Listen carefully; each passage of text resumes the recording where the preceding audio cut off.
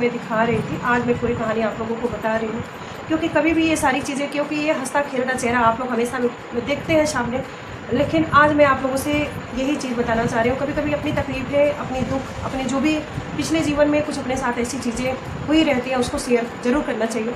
तो ऐसा क्या था कि अचानक मैं उस टाइम टीचिंग करती थी, जब पढ़ाती थी मैं, तब की बात है। अचानक मेरी कमर में पेन बहुत ज़्यादा होने लगा, बहुत दिक्कत होने लगी। तो हेलो एवरीवन, हेलो मेरी यूट्यूब फैमिली, कैसी है? और मैं ठीक हूँ, मस्त हूँ, अच्छी हूँ। आप लोग कैसे हैं बताइएगा कमेंट करके।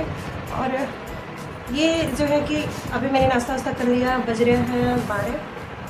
आज कल रोज़ ही लेट हो ही जाता है और मैंने अभी तक पानी नहीं पिया है। तो इसमें मैंने फ्रीज़ का पानी भी पीना बंद कर दिया था, क्योंकि सुनते हैं फ्रीज़ का पानी पीना जो है कि बहुत ही नुकसानदेह होता है। लेकिन कभी कभी गर्मी बहुत ज़्यादा होती है ना, तो ऐसे में ये होता है कि पी ही लिया जाए। तो इसीलिए मैं मेरी फ्रीज से निकाल के मैं इसको लेके आई हूँ, बैठी हूँ पीने। और ये देखिए किस तरह से सारे बिस्तर वगैरह पड़े हुए हैं। और आज वीडियो में जो भी होगा वो लोग आप लोग देखेंगे ही सामने, क्योंकि जेकू को खाना बिल्कुल अच्छा नहीं लग रहा है। और इसलिए कि मौसम बहुत ज़्यादा गर्म हो रहा है। मौसम जब गर्म होता है तो खाने का बिल्कुल खाना नहीं खाना चाहता है, बहुत ज़्यादा दिक्कत होने लगती है। तो ऐसे में क्या करे क्या ना करे, मतलब आप लोग भी सोचते होंगे रोज़ का वही रोना रहता है, खाना नहीं खा रहा, खाना नहीं खा रहा है। लेकिन मैं क्या करूं, समझ में ही नहीं आता है। उससे पहले वीडियो पूरा देखने से पहले मेरे चैनल पर नए होंगे तो चैनल को लाइक से सब्सक्राइब जरूर कर दीजिएगा। और वीडियो को पूरा अंत तक देखिएगा, क्योंकि मेरा रिक्वेस्ट रहता है हमेशा कि वीडियो को पूरा अंत तक देखिएगा। और मैं ये कहना चाहती हूँ कि आप लोग यही सोचेंगे कि रोज़ का वही रोना रहता है कि जेकू खाना नहीं खा रहा, जेकू ये किया, जेकू वो किया। लेकिन मैं क्या करूँ यार, मेरे साथ एक बहुत बड़ी मजबूरी है। अगर देखिए, वो तो है जानवर जिसको मैंने अपने बेटे की तरह से रखा है। और असलियत तो ये है कि अगर वो खाना नहीं खाता है तो मुझे बड़ी तकलीफ़ होती है, बहुत ज़्यादा तकलीफ़ होती है। और यहाँ तक कि आप यकीन नहीं करेंगे, आपको ये लगेगा कि मैं बनावटी सारी चीज़ें कह रही हूँ। मैं बनावटी बिल्कुल भी नहीं कह रही हूँ। मैं अगर ये नहीं खाता है, अगर मैं खाने बैठ जाती हूँ, क्योंकि मुझे दवा वगैरह कुछ खानी रहती है, ऐसे खाली पेट नहीं खाया जा सकता दवा, क्योंकि मुझे कमर में दिक्कत रहती है। मैं न्यूरो पेशेंट हूँ। और मुझे मैं क्या बताऊँ आप लोगों से, न्यूरो में ऐसा होता है ना कि 1-2 दिन किसी कारणवश दवा ना खाओ ना, तो फिर कमर से बहुत ज़्यादा दिक्कत हो जाती है। कमर की नस जो है मेरी दब रही है, जिसमें ब्लड सर्कुलेशन जो है प्रॉपर तरीके से नहीं हो पाता है। तो ऐसे में बहुत ज़्यादा दिक्कत होती है। और डॉक्टर ने क्या मुझे ऐसा भी बोला है कि आपको झुक के कोई भी काम नहीं करना है। कंपाउंड का वो जो है कि जो वेस्टर्न वो लेटिन होता है उसको यूज करना है। और झुक के एक बाल्टी का पानी भी नहीं उठाना होता है, झुक के झाड़ू नहीं लगाना है, कोई वजन झुक के नहीं उठाना है।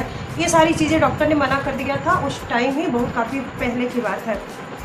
तो वो सारी चीज़ें मजबूरी है, करनी तो पड़ती ही है। लेकिन ये है, उसके साथ साथ ध्यान रखना पड़ता है कि अपनी दवाइयाँ नहीं बंद करनी होती है, क्योंकि डॉक्टर ने बोल दिया है एक दवाई या कुछ किस चीज़ का इलाज करें या ना करें, लेकिन इस चीज़ का इलाज आपको करना बहुत ज़रूरी है।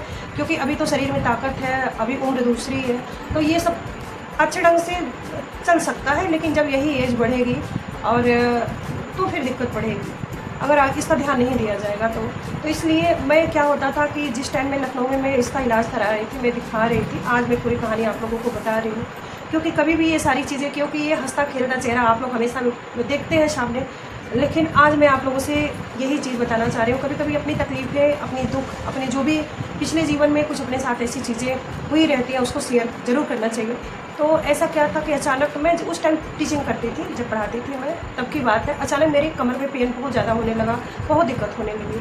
तो मेरे पास, मेरे गोरखपुर में जो मेडिकल कॉलेज है वहाँ पे मैंने दिखाया। तो उन्होंने जांच वगैरह किया और उन्होंने बताया कि आपके कमर की नस जो है वो दब रही है। न्यूरो डॉक्टर जो बहुत अच्छे डॉक्टर हैं मेडिकल कॉलेज के, उन्होंने देखा, उन्होंने जांच भी किया अंदर ही, और वो बताया कि आपका जो है कि नस दब रहा है।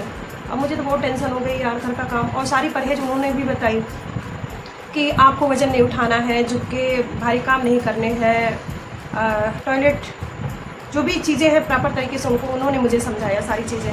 झुक के झाड़ू नहीं लगा, झुकने वाला बिल्कुल कोई काम उन्होंने मना कर दिया। और दवा भी दिया उन्होंने, और बोला कि किसी भी चीज़ की आप दवा करें ना करें, लेकिन इस चीज़ की दवा आपको प्रॉपर तरीके से हमेशा करनी है। क्योंकि ये जब दिक्कत बढ़ती है ना इसमें, तो आदमी एकदम बिस्तर पे आ जाता है।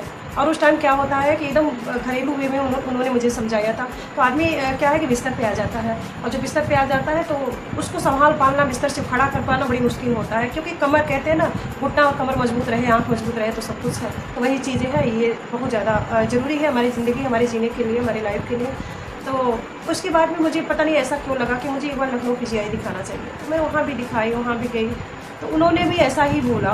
फिर उसके बाद मैं वहीं पे एक डीके बच्चन है जिनकी फ़ीस 1500 रुपये है लखनऊ में, वो भी न्यूरो के ही गोल्ड स्पेशलिस्ट है, तो उनको भी मैंने दिखाया।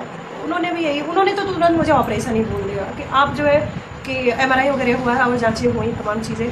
फिर उन्होंने जैसे ही देखा मुझे बोला कि आपको जो है कि ऑपरेशन करवा लेना ही बेहतर होगा। लेकिन वहाँ की दवाई भी बहुत महंगी पड़ती थी, 2-3 महीने मैंने दवाई की। बहुत टेंशन भी हो रहा था कि ऐसे में क्या किया जाए, क्या ना किया जाए, लेकिन क्या किया जाए, कुछ ऐसी परिस्थितियाँ सामने आती हैं। कुछ लोगों ने ऐसा भी मुझे बोला कि अगर ये ऑपरेशन जहाँ तक ऐसा होता है कि ये सक्सेस नहीं होता है, और कहीं ऐसा ना हो कि आज आप बीमारी रहते हुए चल रही हैं, फिर रही हैं, काम कर रही हैं, जो भी ज़रूरी जो दिनचर्या है, बहुत हार्ड वर्किंग नहीं, लेकिन जो नॉर्मल चीज़ें हो आप घर का कर रही हैं। कहीं ऐसा ना हो कि ऑपरेशन होने के बाद जो है कि वो बीमारी आपकी ठीक होने की बजाय और बढ़ जाए, क्योंकि ऐसे केसेस में ये सुना जाता है कि सक्सेस ऑपरेशन नहीं होता है। हज़ारों में 1-2 या 5 लोग ऐसे होते हैं जिनका ऑपरेशन जो है कि सक्सेस होता है। तो ऐसे में यार मुझे बहुत डर लगने लगा। मैं सोची कि चलो उससे अच्छा यही है कि मैं ऑपरेशन ना करवाऊँ। और आज उसके बाद से क्या होता था कि जब डीके बच्चन डीके में दवा खा रही थी, तो उस टाइम क्या होता था कि दवाएँ कम से कम 4000-5000 महीने की पड़ती थी, और मैं अफोर्ड नहीं कर सकती थी। मेरे लिए बहुत दिक्कत थी, बहुत ज़्यादा दिक्कत थी। परिस्थितियाँ कभी-कभी क्या, अभी तो जो भी है सब आप लोगों के सामने है। तो परिस्थितियाँ कुछ ऐसी होती हैं ना कि आदमी घर में दाल रोटी की व्यवस्था करे कि 4000-5000 अपने दवा में इलाज में खर्च करे। तो मैंने क्या किया कि पतंजलि, जो आप लोग जानते हैं बाबा रामदेव का पतंजलि जो दवाओं का स्टोर है, वहाँ मैं गई, वहाँ वैद्य जी बैठते थे। मैंने अपनी सारी परेशानी उनको बताई, उन्होंने बताई, मैं अपना जांच वगैरह लेके गई थी, उन्होंने वो सब कुछ देखा और मुझे वो दवा देने लगे पतंजलि की, जिसमें तमाम चीज़ें हैं। शिलाजीत है, युवराज गूगल है, आमावतारी है, और मतलब और कुल मिला जुला के 5 तरह की दवाएं उन्होंने मुझे दी। कुछ ऐसी चीज़ें उन्होंने दी कि मतलब वो बहुत महंगी दवाई थी। एक इतनी सी डिब्बी लगभग 4000 के करीब की थी। वो पुड़िया बनाना था और डेली शहद के साथ उसको सुबह मतलब खाली पेट खाना था।